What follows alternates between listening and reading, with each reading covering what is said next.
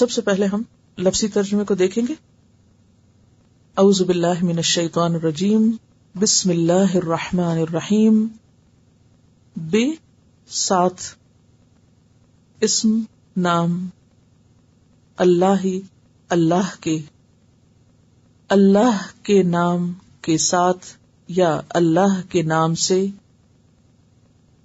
الرحمن جو نہایت مہربان ہے، الرحیم بہت رحم کرنے والا ہے یا بار بار رحم کرنے والا ہے. الحمد سب تعریف، للہ اللہ کے لیے ہے، ربی رب، العالمین تمام جہانوں کا، جو تمام جہانوں کا رب ہے. الرحمن نہایت مہربان، الرحیم بہت رحم کرنے والا ہے. مالکی مالک ہے، یوم الدین یوم الدین کا یا بدلے کے دن کا. یوم دن، الدین جزا سزا یا بدلہ. ایاک صرف تیری ہی، نعبد ہم عبادت کرتے ہیں، و اور ایاک صرف تجھ سے ہی، نستعین ہم مدد چاہتے ہیں یا مدد مانگتے ہیں. اہدنا دکھا ہمیں، الصراط راستہ، المستقیم سیدھا. اہدنا ہمیں ہدایت دے یا ہماری رہنمائی کر، الصراط المستقیم سیدھے راستے کی. صراط راستہ، الذین ان لوگوں کا، انعمت انعام کیا تو نے، علیہم اوپر ان کے، غیری نہ، المغضوبی غضب کیا گیا، علیہم اوپر ان کے، ولا اور نہ، الضالین گمراہ ہونے والوں کے. پہلی وحی کے الفاظ کیا ہیں؟ خالی اقرا، اقرا بسم ربک الذی خلق، پڑھو اپنے رب کے نام سے، یعنی بسم اللہ سے پڑھنا شروع کیا کرو. اعوذ باللہ کے بعد بسم اللہ پڑھو اپنے رب کے نام سے. اور ویسے بھی بسم اللہ سورۃ الفاتحہ کا حصہ ہے، تو بسم اللہ اللہ کے نام سے ہم آغاز کرتے ہیں. مفسر طبری کہتے ہیں اللہ تعالیٰ نے اپنے نبی محمد صلی اللہ علیہ وسلم کو ادب سکھایا کہ اپنے تمام کاموں اور اہم مواقع سے پہلے اللہ تعالیٰ کے اسماء حسنی اور اس کی صفات عالیہ کا ذکر کریں. تو بسم اللہ الرحمن الرحیم میں ایک آیت کے اندر 3 نام آ گئے ہیں، اللہ، الرحمن، الرحیم. ٹھیک ہے، تو آپ صلی اللہ علیہ وسلم نے ہمیں یہی طریقہ سکھایا ہے کہ ہم اپنے ہر کام کا آغاز بسم اللہ سے کریں. پھر ہے الحمد للہ رب العالمین. حمد کا کیا معنی ہوتا ہے؟ تعریف. کس بنا پر؟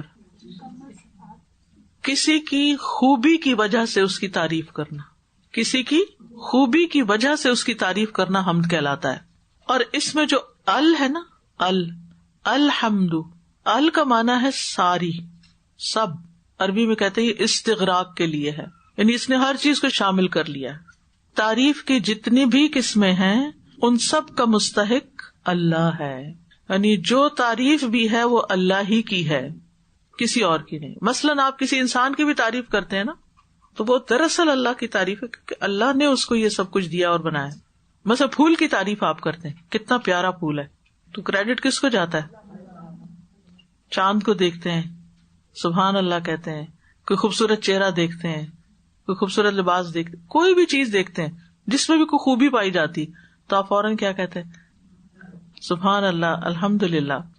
پھر عربی میں محبت اور تعظیم کے ساتھ کسی کی تعریف کرنا، مکمل تعریف، یعنی حمد میں محبت اور تعظیم بھی ہوتی ہے. ایک تو یہ کہ جس چیز کی آپ حمد کر رہے ہیں اس کے اندر خوبی ہوتی ہے، پھر آپ کی تعریف محبت اور تعظیم کی وجہ سے ہوتی ہے، کیونکہ انسان کبھی اس کی تعریف کرتا ہے جس سے وہ محبت کرتا ہے، اور کبھی اس کی تعریف کرتا ہے جس کی وہ تعظیم کرتا ہے. لیکن جب انسان اللہ کی تعریف کرتا ہے تو اس میں محبت اور تعظیم دونوں ہونی چاہیے، تب وہ حمد کہلائے گی. بادشاہوں کی تعریف کیا کہلاتی ہے؟ مدح. آپ دیکھیے کہ مدح انسان بعض اوقات اس کی بھی کرتا ہے جس سے اس کو محبت نہیں بھی ہوتی. جیسے شاعر حضرات بادشاہوں کے قصیدے لکھتے تھے تو کیا خیال ہے وہ ان سے لازمی محبت کرتے تھے؟ نہیں، انہیں ان سے انعام لینا ہوتا تھا، لہٰذا ان کی خوشامد کرتے تھے. تو مدح ایک طرح سے خوشامد کے معنوں میں بھی آ جاتی ہے. لیکن حمد جو ہوتی ہے اس میں محبت اور تعظیم پائی جاتی ہے، ادب اور احترام پایا جاتا ہے اور محبت بھی پائی جاتی ہے. اسی طرح حمد کے اندر شکر کا معنی بھی پایا جاتا ہے، لیکن دونوں میں فرق ہے. شکر کسی نعمت کے ملنے پر کیا جاتا ہے، ٹھیک ہے. حمد نعمتوں کے ملنے پر بھی کی جاتی ہے اور اس کے علاوہ بھی اچھے اچھے کاموں پر کی جاتی ہے. مثلاً آپ کسی کے اچھے اخلاق کی تعریف کرتے ہیں تو آپ اس کی تعریف کیوں کر رہے ہیں کہ اس کا اخلاق اچھا ہے، لیکن اس کا یہ مطلب نہیں کہ اس سے آپ کو کوئی فائدہ بھی پہنچا ہے.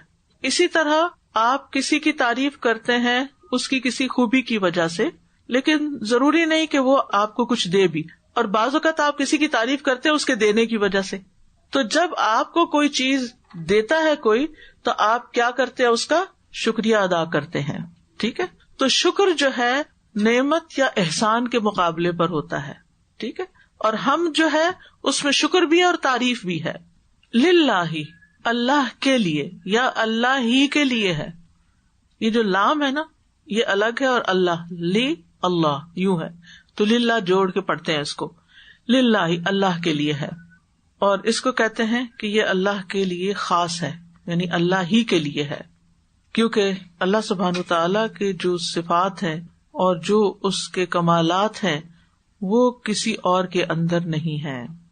اللہ سبحانہ وتعالیٰ کی تعریف خود اللہ تعالیٰ نے بھی کی ہے اپنی تعریف، اور اللہ تعالیٰ کو اپنی تعریف پسند ہے اور وہ حقدار ہے اس کا.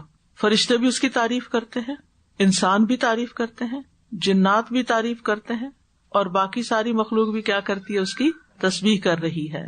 اسی طرح ہر جگہ اس کی تعریف ہے، آسمانوں میں بھی، زمین پر بھی، اور ان کے درمیان بھی، اور عرش پر بھی. وَلَهُ الْحَمْدُ فِي السَّمَاوَاتِ وَالْأَرْضِ. پھر اسی طرح زمانے کے اعتبار سے بھی، ماضی میں بھی ہوتی رہی، اب بھی ہو رہی ہے، آئندہ بھی ہوگی، آخرت میں بھی ہوگی، ٹھیک ہے. وَهُوَ اللَّهُ لَا إِلَٰهَ إِلَّا هُوَ لَهُ الْحَمْدُ فِي الْأُولَىٰ وَالْآخِرَةِ. دنیا میں بھی آخرت میں بھی. سمجھ آ گئی؟ یعنی کرنے والے کے اعتبار سے بھی ہر کوئی کر رہا ہے، جگہ کے اعتبار سے بھی، زمانے کے اعتبار سے بھی اللہ ہی کے لیے ہے تعریف. پھر اسی طرح آپ دیکھیں کہ زبان سے بھی، بلند آواز سے بھی، آہستہ آواز سے بھی، دل سے بھی، ٹھیک ہے. یہ سب ہم کیا کرتے ہیں؟ اللہ کی حمد کر سکتے ہیں. ہمارے اندر یا کسی کے اندر کوئی بھی جو خوبی ہے وہ سب بھی اللہ کی دین ہے، لہذا اللہ ہی کی تعریف ہے. تو یہاں پر جو کہ کہا گیا کہ الحمدللہ، کون ہے اللہ؟ آگے اس کی کچھ صفات بتائی گئی ہیں. رب العالمین، الرحمن الرحیم، مالک یوم الدین. ان تین چیزوں کی بنیاد پر، یعنی اس کے رب ہونے پر، اس کے رحمان و رحیم ہونے پر، اور اس کے مالک ہونے پر اللہ کی تعریف ہے. ٹھیک، ویسے تو بہت سی وجوہات ہیں، لیکن سورۃ الفاتحہ میں ان تین چیزوں کا ذکر کیا گیا ہے. اب جہاں تک رب کا تعلق ہے، رب کا مطلب ہوتا ہے وہ سردار جس کی اطاعت ہوتی ہے. پھر اس کا معنی مالک اور پرورش کرنے والا بھی ہے، یعنی ہر چیز کو پیدا کر کے ضروریات مہیا کرنے والا. رب کے اندر تین صفات پائی جاتی ہیں: خلق، ملک یا ملک، اور تدبیر. وہ پیدا بھی کرتا ہے، وہ خالق ہے، وہ مالک ہے، وہ مدبر ہے. اس لیے جب کبھی آپ کہیں کہ رب کون ہے، آپ سے پوچھے تو آپ کہیں خالق، مالک، مدبر. اور جہاں تک رب کا تعلق ہے تربیت کرنے والا، تو وہ مخلوق کی دو طرح سے تربیت کرتا ہے: عام تربیت اور خاص تربیت. عام تربیت یہ ہے کہ اللہ تعالیٰ نے مخلوقات کو پیدا کیا، ان کو رزق دیا، اور ان کو وہ طریقے سکھائے کہ جس سے وہ اپنی دنیا میں زندہ رہ سکیں. خاص تربیت وہ اپنے خاص بندوں کی کرتا ہے، جیسے اولیاء کی، پیغمبروں کی. ان کی تربیت وہ ایمان کے ساتھ کرتا ہے، ایمان کی توفیق دیتا ہے، صحیح راستے پہ چلنے کی توفیق دیتا ہے، ان سے نیکی کے کام لیتا ہے، خیر کے کام لیتا ہے.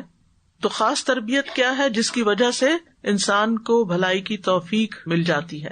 اسی لیے آپ دیکھیں کہ انبیاء کی اکثر دعائیں رب سے شروع ہوتی ہیں: ربنا، ربی.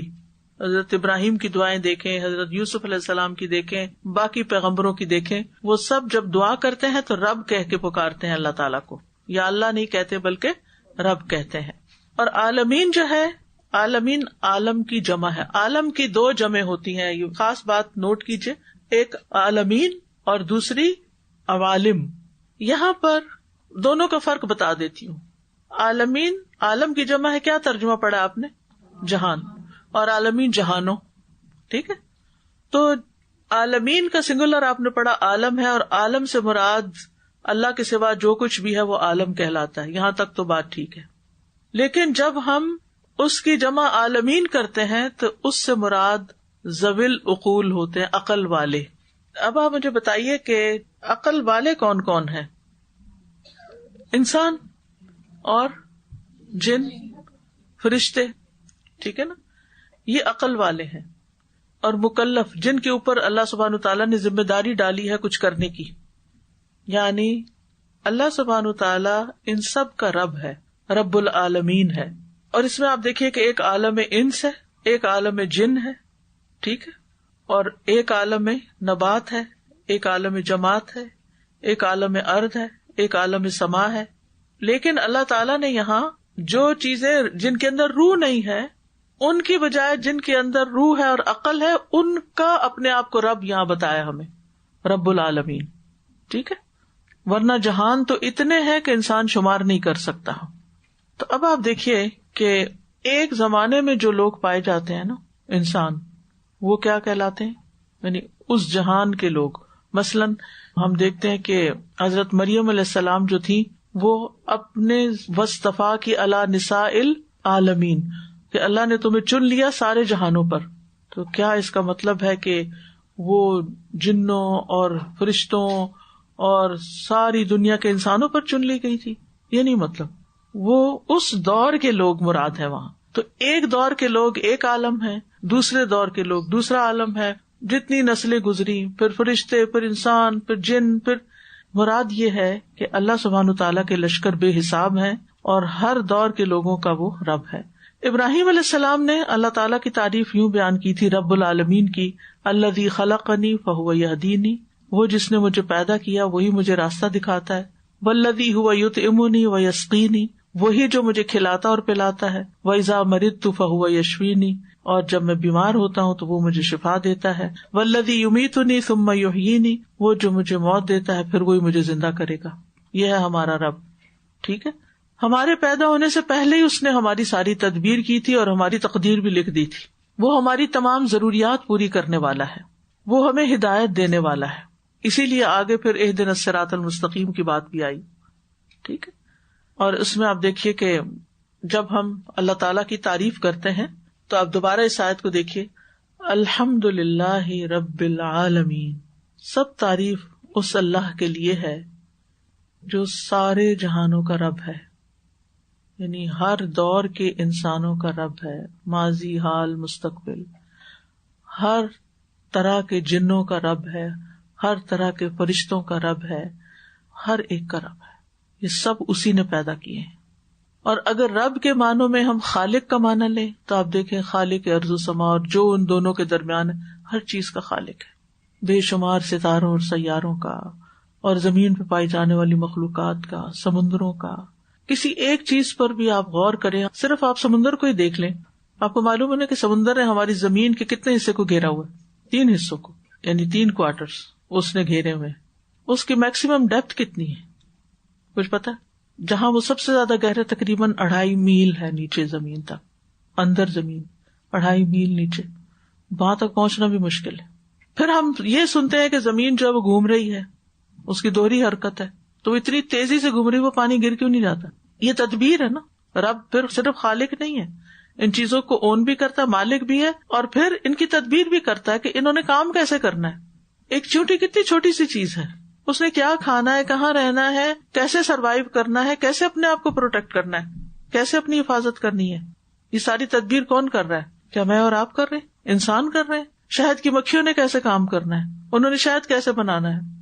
یعنی اتنی مخلوقات ہیں اللہ تعالیٰ کی کہ ہم گن بھی نہیں سکتے.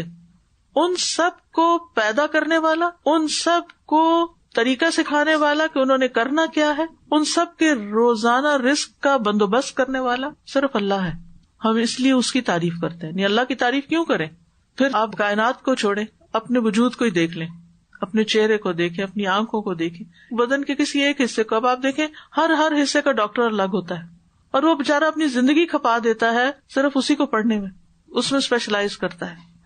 یعنی کتنی بے شمار قسمیں ہیں، اور ابھی تک بھی انسان پوری طرح سمجھ میں نہیں آیا ڈاکٹرز کو، سائنٹسٹ کو. انسان کے جسم کا جو سب سے چھوٹی اکائی ہے سیل، ابھی تک تو پوری طرح اس کو بھی نہیں سمجھا جا سکا. ہمارا علم تو اتنا محدود ہے. تو جس نے یہ سب کچھ بنایا اور پھر ان سب کی کوآرڈینیشن رکھی اور پھر یہ سب کچھ کام کر رہے ہیں اور ہم پھر بول رہے ہیں الرحمن علم القرآن خلق الانسان علمہ البیان. وہ رحمان کون ہے؟ وہ رحمان ہے جس نے قرآن سکھایا ہے اور جس نے انسان کو بنایا ہے اور جس نے بولنا سکھایا ہے. یہ بولنا بھی اس کی نشانیوں میں سے. کتنی بے شمار قسم کی زبانیں ہیں اور بولیاں ہیں.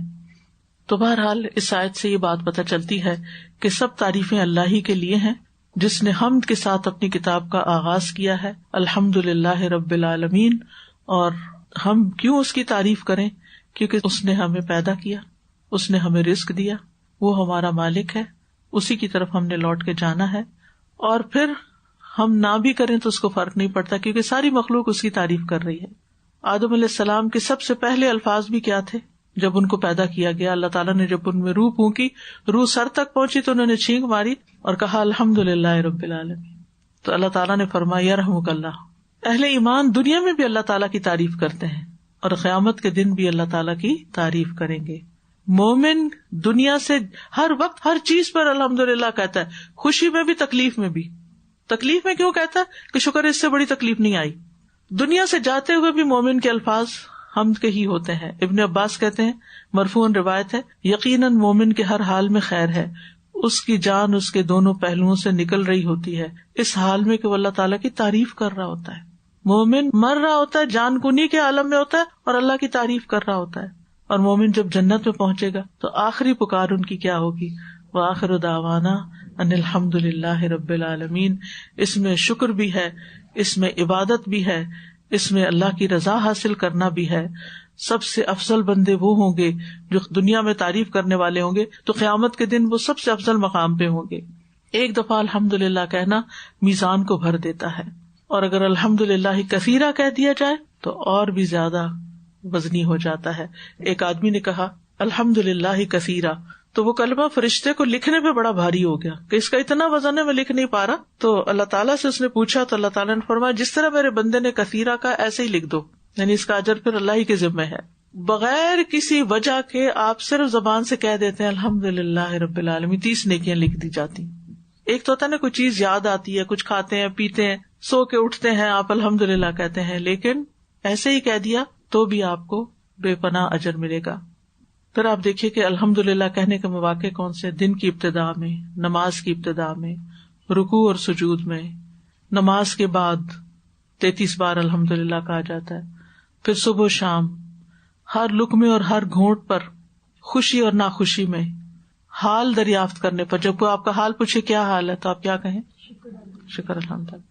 نعمت ملنے پر، چھینک مارنے کے بعد، مصیبت زدہ شخص کو دیکھ کر، کاموں کے اختتام پر، بستر پر لیٹتے وقت، تکلیف کے وقت، ہر خطبے کے آغاز میں، دعا مانگنے سے پہلے. نبی صلی اللہ علیہ وسلم فرمایا جب کوئی آدمی اللہ سے سوال کا ارادہ کرے تو پہلے وہ اللہ کی ایسی حمد و ثنا بیان کرے جو اس کے لائق ہو، پھر درود پڑھے، اس کے بعد دعا کرے، تو اس طرح وہ اپنی مطلوبہ چیز پا لے گا. تو آج کے لیے یہاں تک ہی کافی ہے.